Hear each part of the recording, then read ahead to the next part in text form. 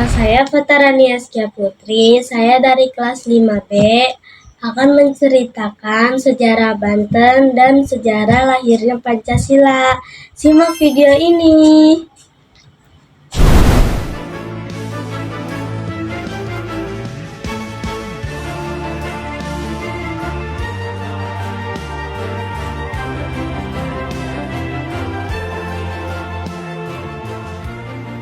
Menceritakan dan menjelaskan koleksi yang ada di Museum Banten. Museum Negeri Banten terletak di bekas kantor Residen Banten dan diresmikan pada 29 Oktober 2015. Museum ini memiliki berbagai benda peninggalan sejarah seperti replika Arka Ganesha. Arka Ganesha yang ada di Museum Situs Kepurbakalaan Banten Lama menjadi bukti sejarah peradaban Hindu di Banten sebelum masa Kesultanan Banten. Arka Ganesha ini ditemukan di Pulau Panaitan, Ujung Kulon, Pandeglang, dan Banten. Berikut ini penjelasan mengenai Arka Ganesha. Ganesha digambarkan berkepala gajah dengan badan dan anggota tubuh manusia, turut tambun dan atribut tertentu.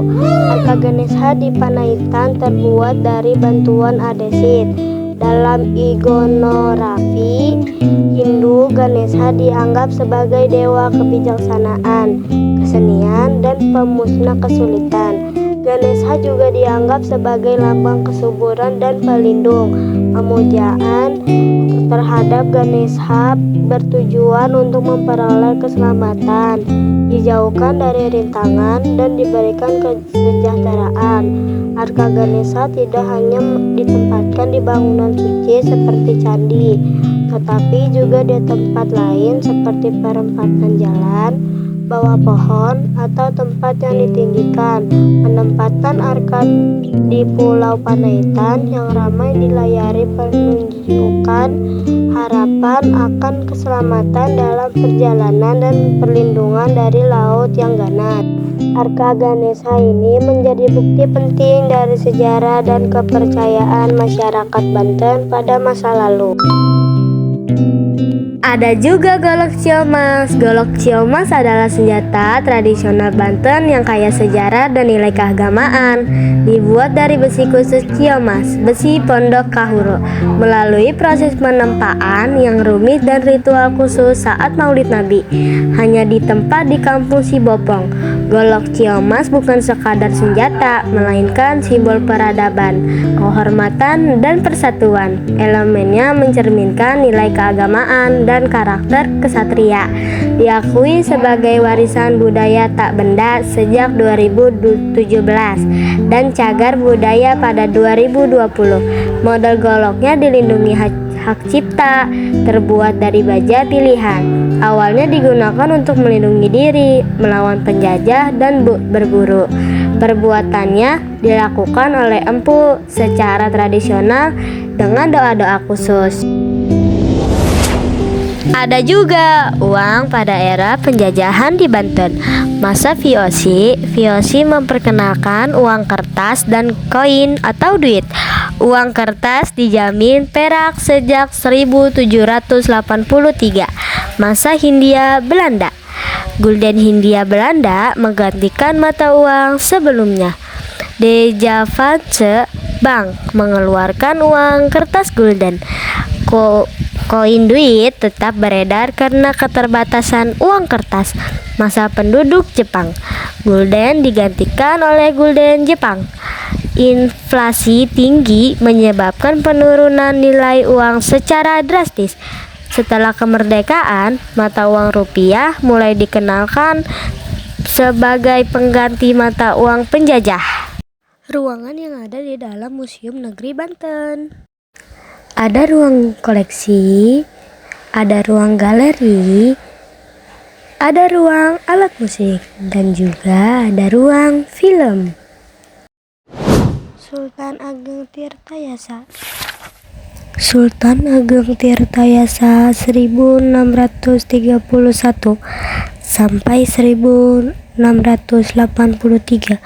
adalah Sultan Banten ke-6 yang gigih menentang IVOC. Ia membawa Banten ke puncak kejayaan melalui pengelolaan ekonomi yang baik dan membuka pelabuhan untuk perdagangan bebas.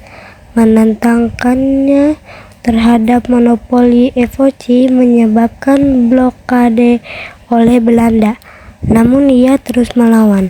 Sultan Agung juga menjalin hubungan diplomatik dengan berbagai negara dan membangun armada laut yang kuat. Sayangnya perjuangannya berakhir setelah dikhianati oleh putranya, Sultan Haji. Sultan Haji, putra dari Sultan Ageng Tirtayasa, menjadi Sultan Banten 1683 sampai 1687.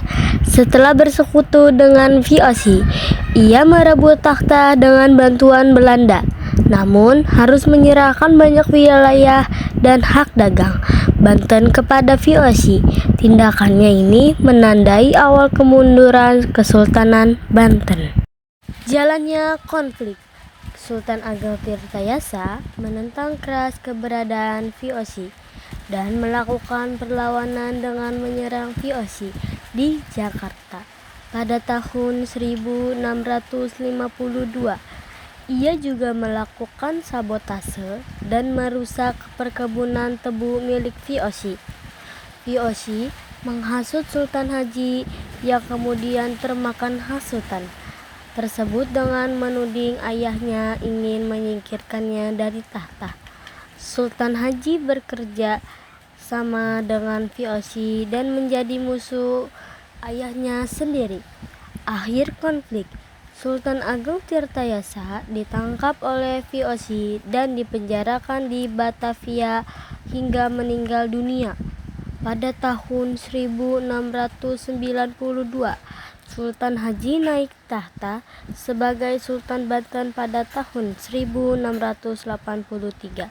Masa pemerintahan Sultan Haji menandai berakhirnya kekuasaan Kesultanan Banten dan dimulainya monopoli VOC atas Banten. Pusat penyebaran Islam. Sunan Gunung Jati mendirikan Kesultanan Banten dari 1526 sebagai pusat Islamisasi. Ulama dan mubalik mendirikan pesantren dan masjid untuk pendidikan agama. Perdagangan. Pedagang muslim menyebarkan Islam melalui interaksi sosial. Pengaruh Sultan. Sultan Banten menerapkan hukum Islam dan membangun fasilitas keagamaan. Akulturasi Islam berbaur dengan budaya lokal. Kekayaan alam yang ada di Banten, suku Baduy.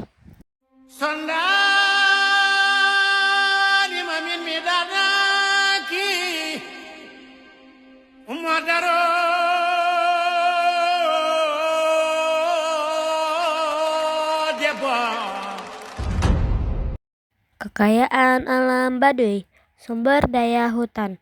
Hutan menjadi sumber daya utama yang memiliki berbagai fungsi. Masyarakat Baduy mengelola hutan lindung dan hutan produksi secara bersama-sama berdasarkan hukum adat. Pemanfaatan hasil hutan bukan kayu seperti madu hutan untuk kebutuhan sehari-hari dan mata pencaharian. Konservasi hutan lindung dijaga dan tidak boleh ditebang untuk kepentingan adat. Diawasi langsung oleh ketua adat tertinggi (PUN). Hasil pertanian dan perkebunan. Mayoritas hasil pertanian digunakan untuk konsumsi sendiri dan sebagian untuk diperdagangkan, seperti padi yang disimpan dalam lumbung leuit. Buah-buahan seperti pisang dan durian khas Baduy. Gula aren yang dibuat dari nira pohon aren. Sejarah lahirnya Pancasila. Selama hidupku. The Pancasila. Pancasila itu Pancasila merujuk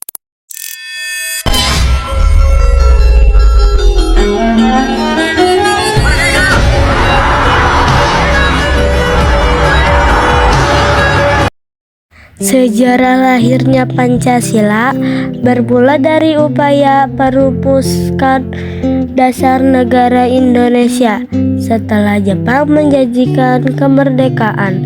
Berikut adalah poin-poin penting dalam sejarah tersebut. Pembentukan BPUPKI sebagai langkah persiapan kemerdekaan. Jepang membentuk Badan Penyelidik Usaha-usaha Persiapan Kemerdekaan Indonesia, yaitu BPUPKI, pada 29 April 1945. Sidang BPUPKI mengadakan sidang pertama dari 29 Mei hingga 1 Juni 1945 untuk membahas dasar negara. Dalam sidang ini, tokoh-tokoh seperti Muhammad Yamin, Supomo, dan Soekarno menyampaikan usulan dasar negara. Pidato Soekarno.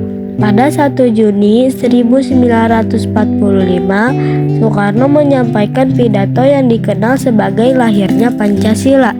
Ia mengusulkan 5 dasar negara, yaitu kebangsaan Indonesia, internasionalisme atau keperimanusiaan, mufakat atau demokrasi, kesejahteraan sosial, dan ketuhanan yang Maha Esa. Panitia 9. Untuk menyempurnakan rumusan Pancasila, BPUPKI membentuk Panitia 9 yang beranggotakan Soekarno, Muhammad Hatta, A.A. Maramis, Muhammad Yamin, Asmat Soebardjo, Abi Kosno, Abdul Qahar, Muzakkar, Agus Salim, dan Abdul Wahid Yasin. Panitia ini menghasilkan Piagam Jakarta pada 22 Juni 1945. Piagam Jakarta memuat rumusan Pancasila dengan sila pertama berbunyi, ketuhanan dengan kewajiban menjalankan syariat Islam bagi pemeluk-pemeluknya. Rumusan ini kemudian menimbulkan perdebatan karena tidak semua masyarakat Indonesia beragama Islam. Pengesahan Pancasila. Setelah berbagai perundingan, Panitia Persiapan Kemerdekaan Indonesia (PPKI) mengesahkan Pancasila pada 18 Agustus 1945. Sila pertama diubah menjadi ketuhanan yang Maha Esa. Pancasila kemudian dicantumkan dalam Mukadimah Undang-Undang Dasar 1945 sebagai dasar negara yang sah. Hari lahir Pancasila. Sejak tahun 2016, tanggal 1 Juni ditetapkan sebagai hari lahir Pancasila melalui keputusan Presiden nomor 24 tahun 2016 dan menjadi hari libur nasional. Pancasila menjadi dasar negara, pandangan hidup bangsa, dan pemersatu bangsa Indonesia.